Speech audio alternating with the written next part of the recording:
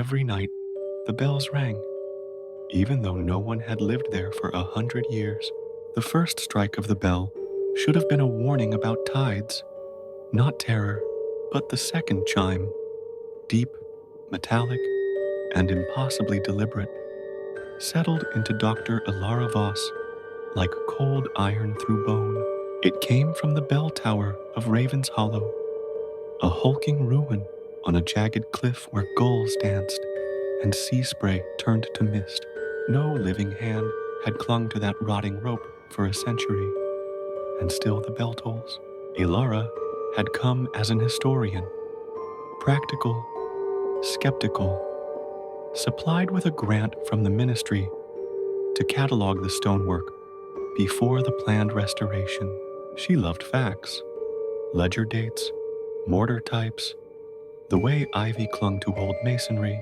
Ghost stories were a regional flourish. The locals sold them to tourists.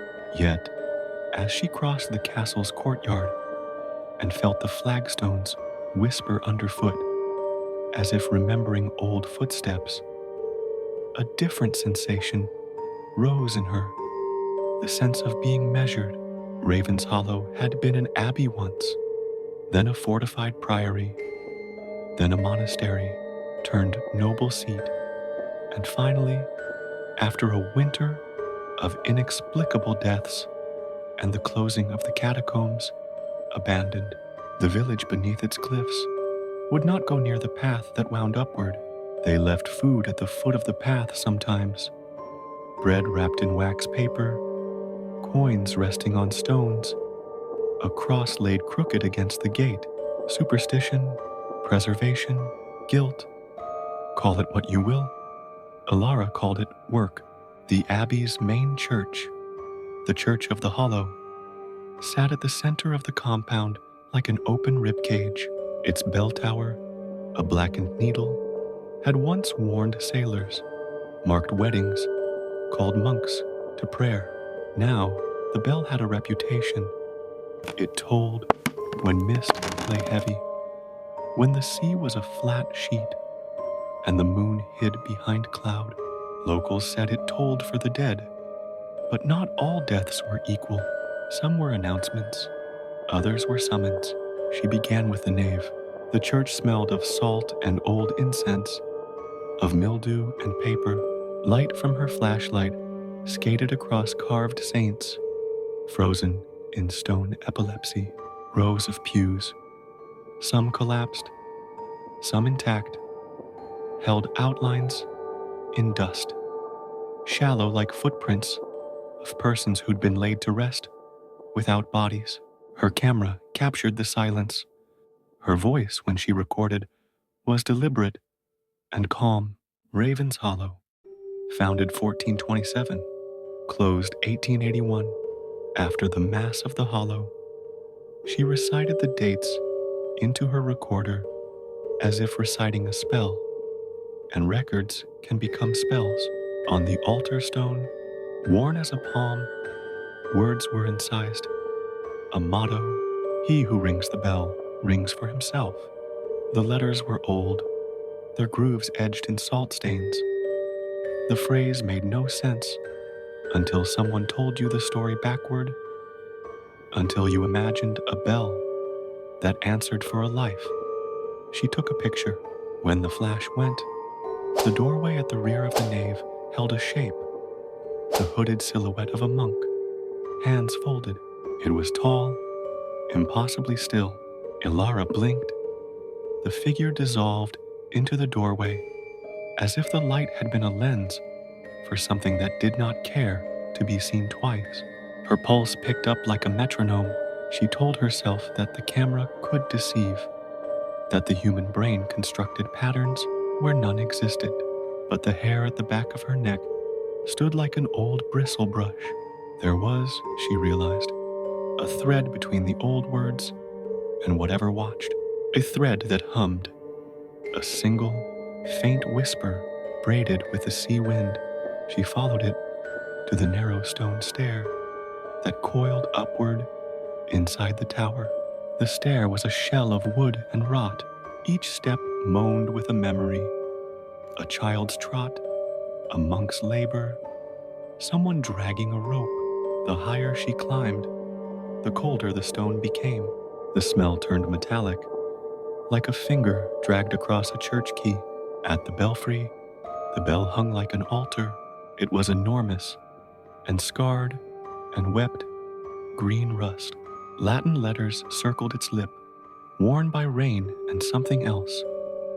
A pale lichen that seemed to pulse when moonlight fell on it. Below, a rope fell like a throat. It moved as if someone still held it. Ilara watched the coil and realized, with a prickle up her spine, that the rope coiled into the void.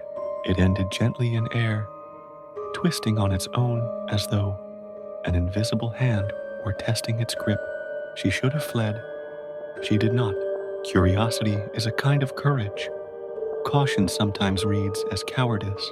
She stepped closer and pressed the heel of her boot against the soundboard. The rope at her feet unfurled.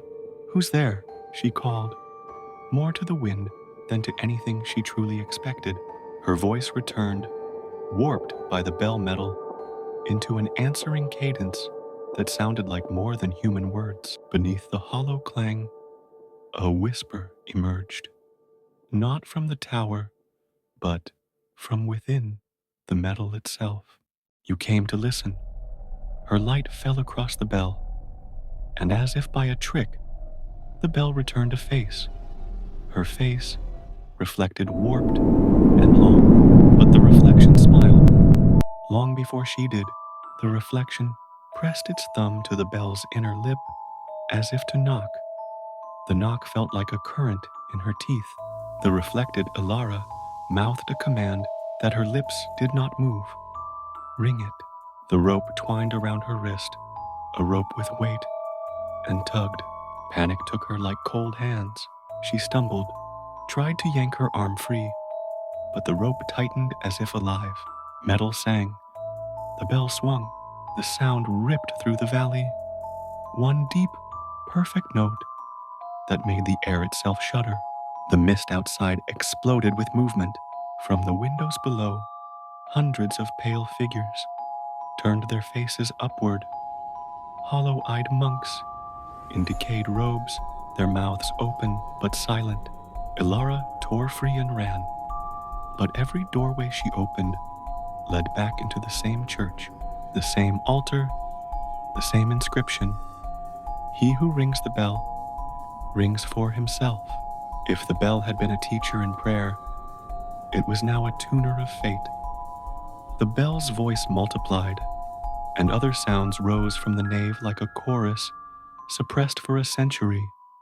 The shuffled breath of cloisters, the nasal hum of monks, children's calls, a soldier's scroll, a midwife's cry, layered and overlapping until the air itself became a choir. They told a story in a syntax beyond language, a story of a mass performed in the wrong century, a rite reversed, a promise sealed with copper and grief. "You rang for us," the bell said, and Ilara could not tell whether the voice came from the bell, the village, or a seam in the world. With each chime, the floor took on a slight vibration. Her teeth buzzed when she glanced upward as the bell swung again. She saw not the empty shaft of the belfry, but a column of figures, pale men and women, monks with sutured eyes, children in old wool, all pressed like sheets against the bell's interior. They were not on this side of the metal. They had been pulled inside and were now caught there, their faces fused to the iron, as if the bell had been their prison and their pillow. One pressed a palm to the bell, and a face looked back at her through a rust-streaked lens. Ilara staggered. The rope slackened, coiling around her feet like a serpent. She yanked free, nearly losing her balance. The bell stopped, and for a shuddering second, everything fell quiet in a way that was not holy, but viscous. It was the sound that comes after a scream stops, and the throat keeps echoing. It was the sound that feels like a wound closing. 2 days later, the restoration team came in bright vests and hard hats, led by a man named Quinn from the ministry. Ilara had insisted they come sooner. She had left her camera on the altar and fingers of mud across the doorway. Quinn joked about insurance. He laughed at the history until he lifted her camera. The footage was fragmented, static hampered frames, and the audio had a low hum underlying every clip. But on the last recording, a single still would not be denied. It showed the bell mid-swing, the rope taut, and beneath it, a silhouette hanged from the iron rope. The figure was small and human. The angle was wrong. The image distorted facial features into something like a mask of hammered copper. Quinn, a man of mortar and ledger, paled. They found the camera on the altar. They found muddy prints on the nave. They found no body. The town constable came with a flashlight and a list of explanations. Vandals, historical reenactors, hallucination. He took the camera like one might cradle a fragile relic and yet suspected nothing of the relic's hunger. That night, back in the village pub, an old woman who had watched the abbey for longer than the constable had walked, answered his questions with a look like flint. "When the bell rings," she said, as if stating the tide, "someone listens for themselves. They are either called or claimed." No one slept well. At midnight, a toll, soft, single, ran across the cliff like a fingernail down a race. The room's laughter died quietly. Even the dogs stopped whining. The next morning, the bell was silent. For a day, it kept still. The sky wore itself thin between clouds. Then, at precisely the stroke of midnight, across the village, a single bell chimed once. Not the bell at Ravenshollow, but a bell in a house where an old lantern hung. The sound was thin and metallic and human in a way that the others were not. A question asked aloud. Quinn returned to the abbey with a photographer and a priest, in case the news needed rights. The trio climbed into the nave and found prints spiraling outward from where Ilara's camera had been set. They followed the tracks like clues. In the dust at the altar, the old letters glistened with a sheen like dew. He who rings the bell rings for himself. Only now the grooves looked fresher, as if something had leaned over the stone and breathed on the letters until they wept. In the adjacent room, hidden beneath an overturned pew, they found a single remaining manuscript, not old, but fresh with foulness, a page unbound, its edges like skin. The writing on it was a modern hand, not the garble of the monks' old tongues. The first sentence read simply, "We answered because you listened." They found the camera left on the altar, and when they played the final clip, there was a new frame they swore had not been there before. Ilara's eyes, enormous and round, as if someone had forced a lens into them. Her mouth was a small O. Behind her, through the blur, a face, not human, not stone, formed in the bell, smiling with metal teeth.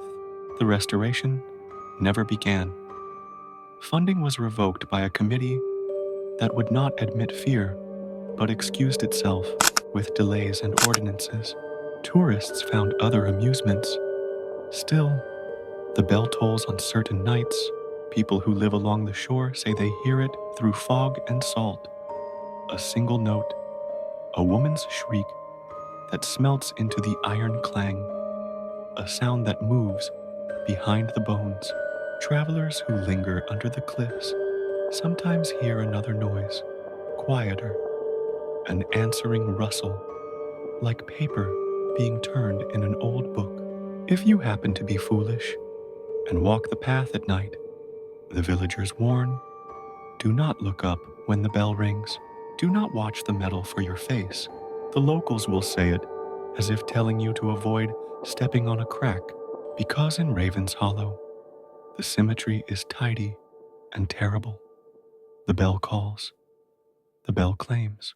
You may stand below it and listen in curiosity and think you are only an observer. But listen too closely, and you'd learn that the bell does not simply toll for the dead. It hollow sings for the living. It selects, and when it chooses you, your face is the last thing the bell sees. The restoration team closed the site, wrote reports that used respectful jargon, and added a line about unexplained delay. They left the ladder against the tower's broken wall. Someone took a photograph of the church from the cliff and posted it online with the caption, Ravenshollow. So eerie, so atmospheric, the file spread like a slow ghost across 1,000 screens. And in the comment threads, 2 users joked about urban exploration and fake footage. A third user, with a profile picture of a child, wrote, I think I heard a bell last night. Felt like someone called me by name. That night the bell tolled once, and across half a continent, a light went out in a flat apartment window. A woman sat hunched over a camera, thumbs stiff and trembling, and uploaded the last footage she had ever filmed. If you ever find yourself near a cliff, with fog thick and the moon hidden, and you hear a bell toll from some place that should otherwise be asleep, stop. Do not step toward the sound. Do not try to tell yourself a story about history or architecture or clever editing. The bell listens. It finds the listening. If you hear a voice inside the metal, begging, pleading, offering to show you the past, resist. People who hear that voice talk about the way it knows the sound of their names, as if it has been in the world, waiting to learn them. And if you should ever find, in the reflection of the bell's cold lip, a face that looks like yours, but smiles too soon, do not touch the rope, because the bell learns the ring of your bones, because the bell wants to be full. If this story chilled you, subscribe for more terrifying tales every week. Turn on notifications, and don't forget, if a bell calls your name, don't answer.